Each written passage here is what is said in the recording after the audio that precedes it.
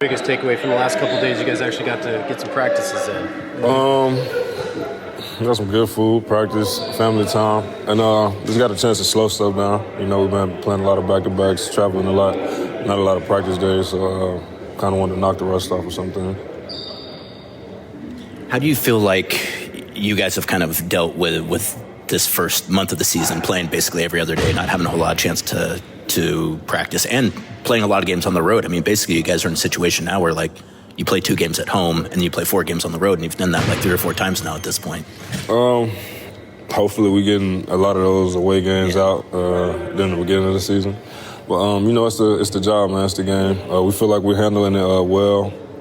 Still adjusting to the pace that we're playing at. Still adjusting, being down a couple of guys, you know what I'm saying? But overall, I feel like we're doing good.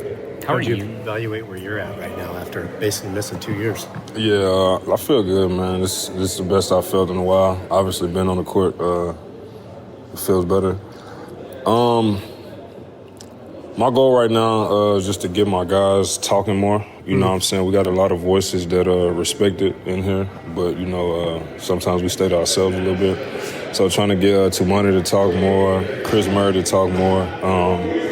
I feel like I'm showing what I do on the court, which is always easy to follow, but I got to, you know, put the mental aspect to it a little bit more. And that's not necessarily on the court, but talking more behind the scenes, locker room and such? Yeah, all around, you know what I'm saying? We talk, you know what I'm saying? We always communicate, but just got to get some guys communicating a little more and let them know that their voices are, like, very, very respected. How do you go about doing that? Just put them on the spot, you know. Whenever we having group meetings, team meetings, breaking out the huddle, you know, I may put Chris on the spot and tell him to say something, you know, tell Tumani to let the team know how he's feeling about this certain thing. Even if we talk about stuff in private, it's some stuff that, like I said, they'll respect and they want to hear. Tiago mentioned he kind of leaned on your mobility in a lot of the games. With, you know, the lineup was changing day by day. What do you see is the role, responsibility for bigs at the team at this point? Yeah, you know, just going from guarding to 5 to being able to switch 1 through 5, you know, I feel like he leans on me for that. You know, down the stretch of a lot of our games, a lot of teams play small, so we may go small with me or we may go smaller with like Jeremy or some at the 5. But it's just being able to adapt most of all.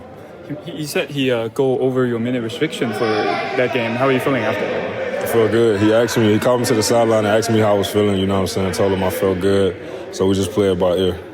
Just building on him, how do you see Tiago has been, you know, approach to the recent situation, like a lot of injuries? How does he look like?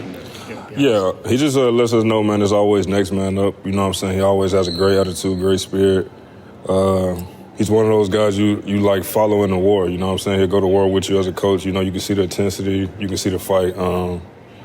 If he could play, he would still play, trust me. But, you know, he's a great coach, man.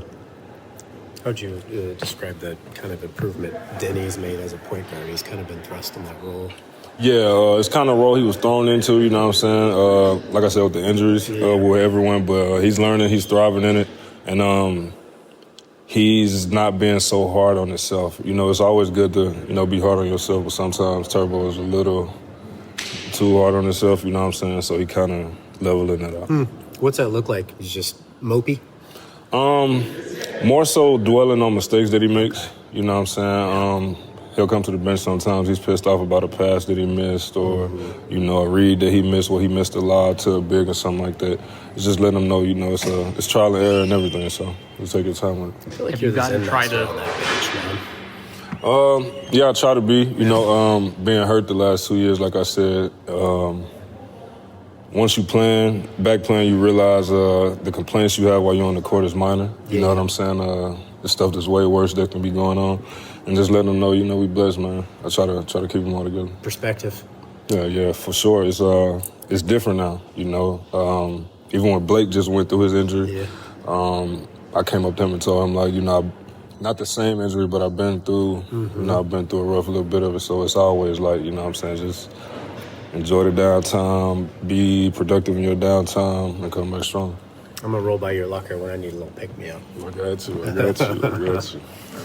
Has it been tough for you guys to basically not be able to practice at all this season?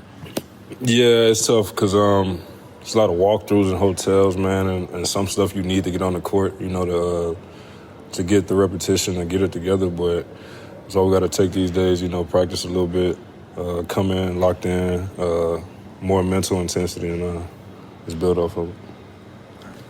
Appreciate you, Rob. No problem. Rob, what's your Thanksgiving movie? Thanksgiving movie?